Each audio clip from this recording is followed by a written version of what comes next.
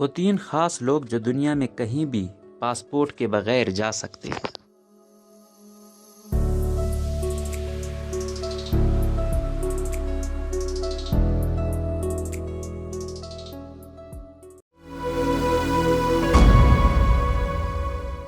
دنیا میں passport system شروع ہوئے 102 سال ہو رہے ہیں۔ صدر سے لے کر وزیر اعظم بھی جب ایک ملک سے دوسرے ملک میں جاتے ہیں تو انہیں بھی ڈپلومیٹک پاسپورٹ رکھنا ہوتا ہے، لیکن اس کرۂ ارض کے 200 سے زیادہ ممالک میں 3 ایسے خاص لوگ بھی ہیں جو کسی بھی ملک میں بغیر پاسپورٹ کے ہی جا سکتے ہیں۔ ان سے ان کے پاسپورٹ کے بارے میں کوئی نہیں پوچھتا، بلکہ جب یہ کہیں جاتے ہیں تو ان کا اضافی استقبال کیا جاتا ہے اور پروٹوکول کے مطابق پورا احترام دیا جاتا ہے۔ 20ویں صدی کی ہی شروعات سے یہ نظر آنے لگا کہ اگر ایک ملک سے دوسرے ملک میں چوری چھپے آنے والوں پر قابو نہیں پایا گیا تو کئی طرح کی پریشانیاں پیدا ہو سکتی ہیں۔ دراصل پریشانیاں تو پیدا ہونے بھی لگی تھی، تب آج ہی کی طرح پاسپورٹ کے بھی سیکیورٹی فیچر بھی نہیں تھے کہ فرضی پاسپورٹ کو فوراً پہچان لیا جائے۔ کون ہیں یہ 3 خاص لوگ؟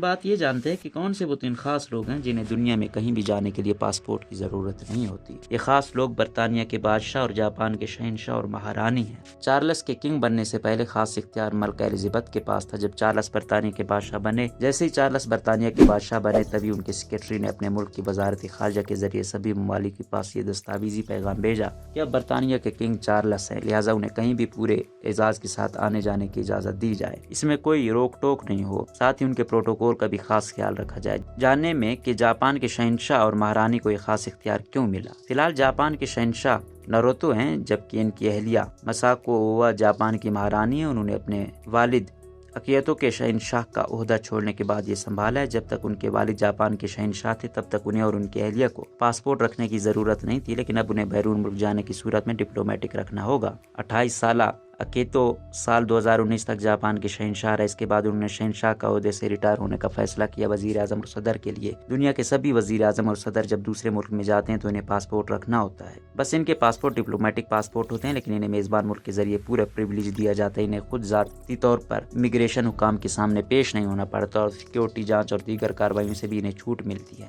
ہندوستان میں یہ درجہ وزیر اعظم، صدر جمہوریہ اور نائب صدر کو حاصل ہے۔ ہندوستان 3 رنگ کے پاسپورٹ جاری کرتا ہے۔ عام لوگوں کے لیے نیلے رنگ کا پاسپورٹ، سرکار سے وابستہ اعلیٰ حکام اور وزراء کے لیے آفیشل پاسپورٹ، جبکہ ڈپلومیٹک پاسپورٹ مہرون رنگ کا ہوتا ہے۔ یہ ملک میں وزیر اعظم، صدر جمہوریہ اور نائب صدر کو جاری ہوتا ہے۔